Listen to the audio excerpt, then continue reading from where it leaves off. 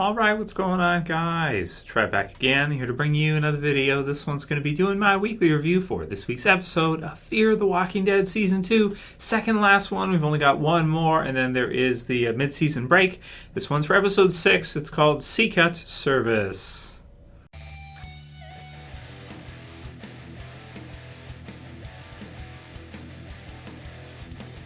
Spoiler warning if you're not caught up on Fear. So this was a really good episode. It starts off great, a little bit slow in the middle, and then finishes on a pretty crazy note, I want to say. Really enjoyed the ending, especially the last 60 seconds. Craziness.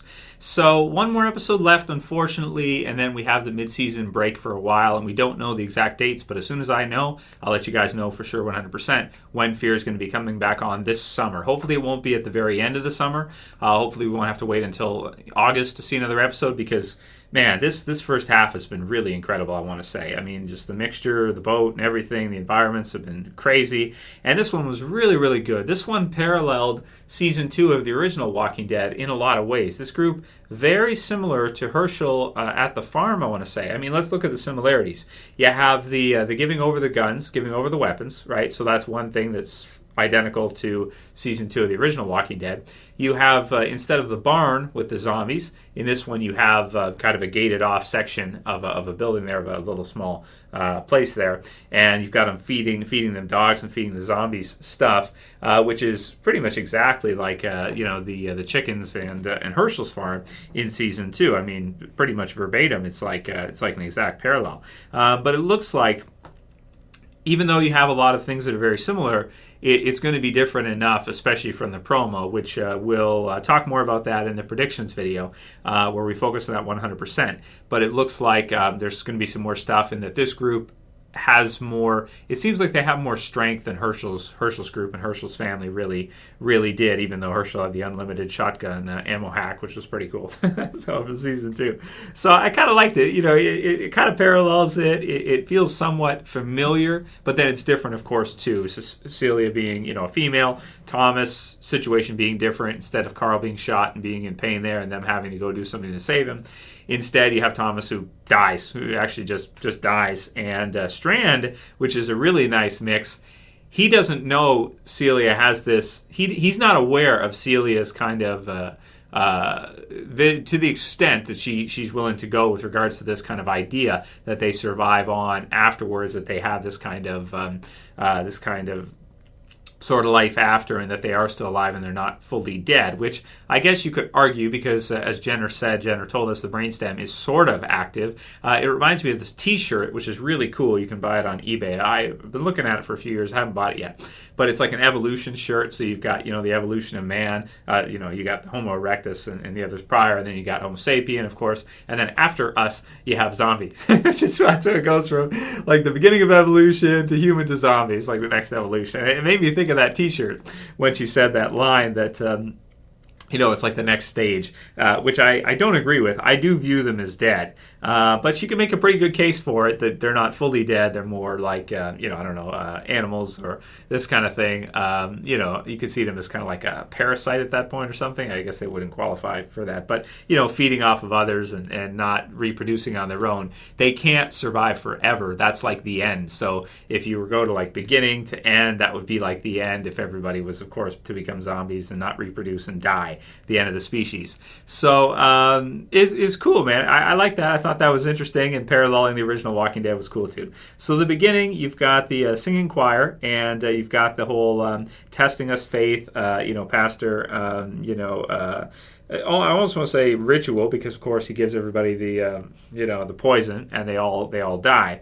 And then we see our group fight against them once they come on land. After they, of course, you've got Louise who gets shot, and it looks like he's dead, basically dead. And then you've got the group that comes up, and Daniel puts them down in that, which was pretty crazy.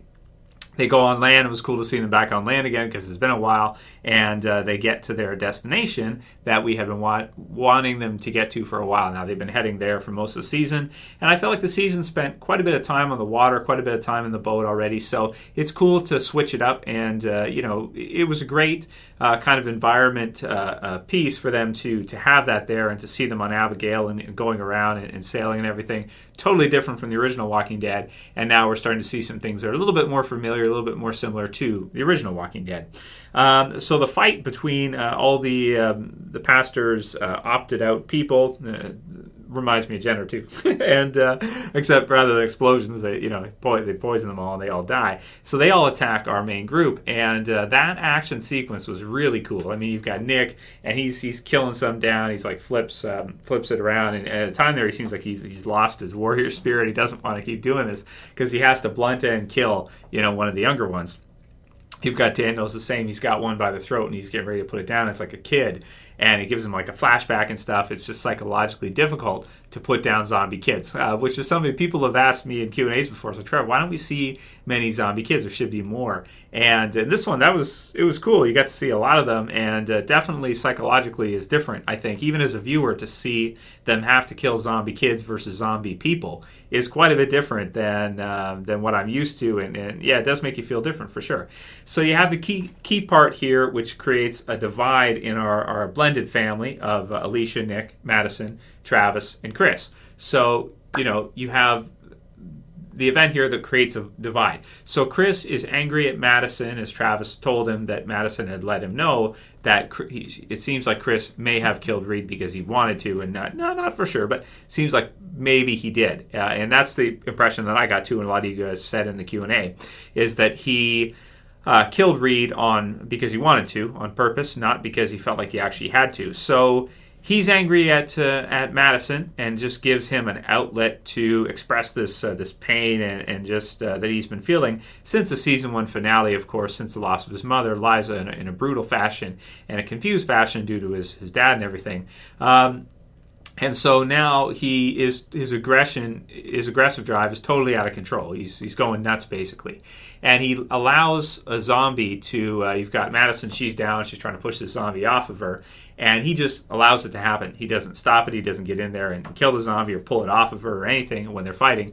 He just lets it continue, almost as if he wants her to die or so angry at her he's not willing to help her. Alycia sees him do this and gets really mad at him, of course, because he's doing this, he's not helping. And that's his kind of, his stepmother, I suppose you would say, and stepsister, and oh man, or half sister, and oh man, so it creates this whole kind of thing. And then Alycia talks to him afterwards, and he threatens to do something, and I'm not sure what, this kind of deal. And then in the final scene of the episode, which I thought was some of the best drama we've seen so far in Fear, is that he goes into the room, he finds a knife, and then of course the gunshot is heard from Strand, and he kind of comes out of his I don't know, whatever kind of mode he's in there, and they see him with the knife, and then he kind of runs out, type of deal. Crazy stuff, man. So that, of course, is going to create a huge divide, going to really confuse Travis as to what to do, and just what to do with Chris all around. Crazy. So he's basically lost it at this point. It shows that with regards to Reed, he did lose it, and we were right that he killed Reed because he wanted to, not because he felt like he had to. He wasn't operating on logic. He wasn't. It's just same as the scene at the end. He was operating subconsciously, just based on rage, animalistically, and was going to do something. But again, he doesn't know what. He doesn't really know what the answer is. He's just kind of behaving and gone into some kind of crazy trance where he's just doing whatever it is. So, and finding people to take out his aggression on. So, crazy development for Chris. I mean, from the beginning of the series, he's the one that I least viewed as a character that could turn out like this. But as you see the series go through, and then we get the surprise in the season 1 finale, the Liza's killed off, and then everything that happens afterwards, it feels pretty natural for the most part, except the knife part at the end felt a little bit pushed a little further than you would think. The escalation wouldn't seem to go that far, but then again, he did kill Reed, so he's going through a lot right now, and he's got a lot of problems, a lot of issues. And she did tell Madison and of course tell Travis about what did happen. Crazy stuff. So that's some of the best drama we've seen in the series for sure, and I'm interested to see how this kind of divide what that's going to do with the family. Could you guys see Chris becoming like a bad guy in the series or something? That would be quite crazy, and I definitely did not see that happening. But we don't kind of have our Shane, and it seems like they're paralleling the original series in quite a few ways. So is Chris going to become our kind of, I don't know, man. We'll talk about it more in the predictions video and break down the promo. But aside from that, that was crazy. Loved the part with Strand and Thomas. That was all really good, really touching. You can see the tears coming down as he's looking at Thomas, and Thomas is sick and everything. And at the end, he pulls the trigger and does that. Of course, Celia now is probably going to be really pissed because she views it as kind of like they're still alive and this is her son and everything. And oh man, she's going to be so mad at Strand, and maybe we'll see some kind of fight between the two groups. We've seen all kinds of crazy stuff in the promo, so I'll go over it a few times and we'll focus on that in the predictions video in about an hour. Aside from that, the rest of the episode was really good. I thought even kind of the slower parts, Dan's kind of going around. He's figuring out what's happening, what they're doing. Figures out that these people are not, as nice as they seem, or they're a little twisted. And we have the scene with Ophelia, a couple with her dad as well too. He's kind of sad, of course, losing his wife. Ophelia goes with Nick, and then has a conversation with her mom, and her deceased mom. And Nick is there and gets some kind of vision of season 1, which is a cool flashback too with the owl and all that.